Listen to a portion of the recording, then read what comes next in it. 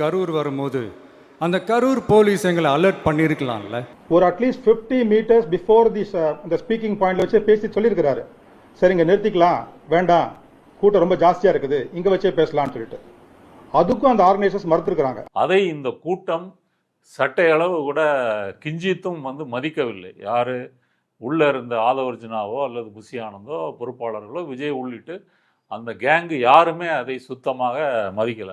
அங்க உள்ள அந்த ஜெனரேட்டர் ரூம் பக்கத்துல போனாதான் எங்களுக்கு கவரேஜ் கிடைக்கும். அங்கதான் ஸ்பீக்கர் வச்சிருக்காங்க, ஸ்பீக்கரை கனெக்ட் பண்ணணும், அங்கதான் பிரச்சாரம் பண்ண முடியும்னு அதுல உறுதியா இருந்தாங்க.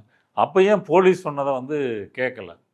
போலீஸை பொறுத்தவரை அங்கே ஏன் அந்த கூட்டத்தை ரத்து பண்ணலைன்னா, அவர் போலீஸ் அவங்க சொன்ன நேரத்துக்குள்ளே அவர் வந்துட்டார். இதை பெரம்பலூரோட ஒப்பிட்டு சொல்கிறார். பெரம்பலூர் அப்படி கிடையாது, போலீஸ் கொடுத்த நேரம் தாண்டி போச்சு, முடிஞ்சு போச்சு, அதுக்கு மேலே நீங்கள் பிரச்சாரம் பண்ண முடியாதுன்றதான் அங்கே உள்ள பிரச்சனை. இதை மறைத்து விட்டு பெரம்பூரில் போலீஸு கரெக்டாக செயல்பட்டது போலவும் கரூரில் தவறாக செயல்பட்டது போலவும் ஒரு சித்திரத்தை உருவாக்குறார். இதுவே உண்மைக்கு மாறானது, பச்சை பொய்.